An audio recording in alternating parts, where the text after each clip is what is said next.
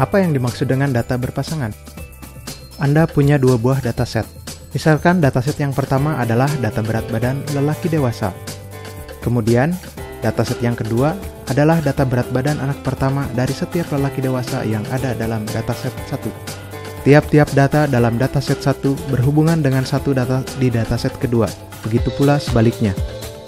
Dua dataset yang demikian disebut dengan data berpasangan. Bentuk lain dari data berpasangan adalah jika Anda punya data mengenai sesuatu objek sebelum dan sesudah kejadian tertentu.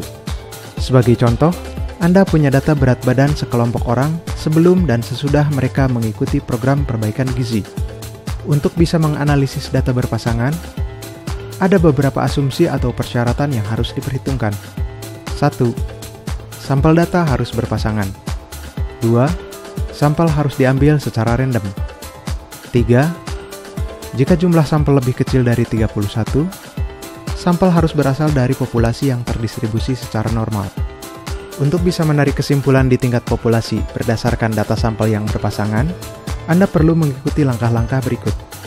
Catat data sampel yang berpasangan. Hitung selisih dari setiap data. Hasil perhitungan selisih inilah yang akan kita gunakan dalam uji statistik. Untuk itu, hitung nilai rata-ratanya dan hitung pula simpangan baku sampelnya. Lakukan uji statistik dengan menggunakan rumus berikut. Nilai mu diambil dari nilai yang ada dalam hipotesis 0 yang akan kita uji. Berdasarkan hipotesis yang telah disusun, tentukan uji statistik yang akan dilakukan. Apakah dua arah atau satu arah? Tergantung kepada arah pengujian statistik, tentukan nilai kritisnya dalam kurva distribusi. Untuk menentukan nilai kritis, perhatikan aturan berikut. Langkah berikutnya adalah menentukan posisi nilai T yang telah kita hitung sebelumnya dalam kurva distribusi. Jika berada dalam bagian yang putih, maka kita harus menerima hipotesis 0. Jika berada dalam bagian yang hitam, maka kita harus menolak hipotesis 0. Populasi penduduk di suatu pulau menderita kekurangan gizi sehingga mereka terlihat memiliki badan yang kurus. Jumlah populasi penduduk pulau tersebut adalah 30.000 orang. Melihat permasalahan tersebut, pemerintah berupaya menanggulanginya dengan menjalankan program penambahan gizi. Selama 1 bulan, pemerintah memberikan bantuan makanan gratis kepada seluruh penduduk di pulau tersebut. Anda diminta untuk mengevaluasi program tersebut, apakah hasilnya sesuai dengan yang diharapkan atau tidak. Program dikatakan berhasil apabila terjadi peningkatan rata-rata berat badan populasi penduduk di pulau tersebut setelah program selesai dijalankan. Dengan kata lain, program dikatakan berhasil apabila rata-rata berat badan populasi penduduk setelah program dijalankan dikurangi oleh rata-rata berat badan populasi penduduk sebelum program dijalankan lebih besar dari 0. Untuk menyederhanakan penulisan, selisih rata-rata berat badan populasi penduduk dilambangkan dengan mu D. Karena bentuknya pertidaksamaan, maka program yang berhasil merupakan pernyataan hipotesis alternatif. Program penambahan gizi dikatakan gagal apabila tidak terjadi peningkatan, atau malah terjadi penurunan nilai rata-rata berat badan populasi penduduk pulau tersebut. Dengan kata lain, program dikatakan gagal apabila rata-rata berat badan populasi penduduk setelah program dijalankan dikurangi oleh rata-rata berat badan populasi penduduk sebelum program dijalankan lebih kecil atau sama dengan 0. Kita sederhanakan lagi bentuk penulisannya. Karena bentuknya mengandung tanda sama dengan, maka program yang gagal merupakan pernyataan hipotesis 0. Evaluasi Anda bisa dipercaya 100% apabila Anda menimbang berat badan seluruh penduduk di pulau tersebut yang berjumlah 30.000 orang. Apakah Anda mau melaksanakan hal tersebut? Jika Anda cerdik, tentu Anda tidak akan mau melakukannya. Karena untuk melakukan hal tersebut, biayanya mahal, butuh waktu lama, dan sangat melelahkan. Bagaimana caranya menilai 30.000 orang tersebut tanpa harus bersusah payah? Ya, gunakan statistik.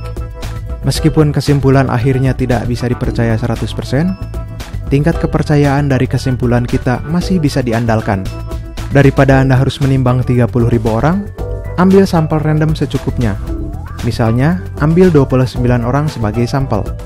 Selanjutnya, timbang berat badan 29 orang tadi sebelum dan sesudah program dilaksanakan. Setelah data terkumpul, lakukan pengujian statistik, dan akhirnya tarik kesimpulan. Berdasarkan uraian terdahulu, kita tulis kembali hipotesis yang akan diuji dalam bentuk formal. Karena hipotesis 0 memiliki lambang lebih kecil atau sama dengan, maka daerah penolakan hipotesis 0 berada di sisi kanan kurva distribusi. Data hasil penimbangan berat badan sebelum dan sesudah program dilaksanakan dari 29 orang sampel adalah sebagai berikut. Kolom dengan nama berat 1 adalah data berat badan sebelum program dilaksanakan. Dan kolom dengan nama berat 2 adalah data berat badan orang yang bersangkutan setelah program dilaksanakan. Hitung selisih berat 2 dan berat 1, lalu simpan di kolom delta.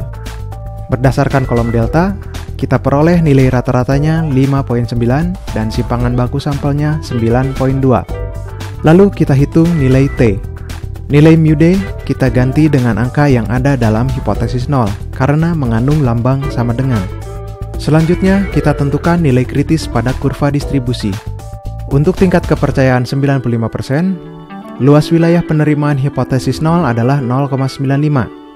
Sehingga, luas wilayah penolakan hipotesis 0 adalah 0,05. Untuk derajat bebas 28, kita dapatkan nilai kritisnya adalah 1,701. Berdasarkan nilai T yang telah kita hitung, ternyata posisinya berada di sebelah kanan nilai kritis, atau dengan kata lain, berada di wilayah penolakan hipotesis 0. Dengan demikian, kita tolak hipotesis 0 dan kita terima hipotesis alternatif.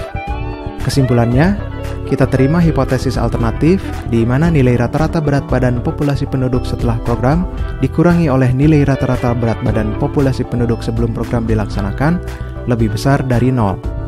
Hipotesis alternatif adalah pernyataan bahwa program penambahan gizi berhasil. Kesimpulan formal dari uji statistik tersebut adalah sebagai berikut.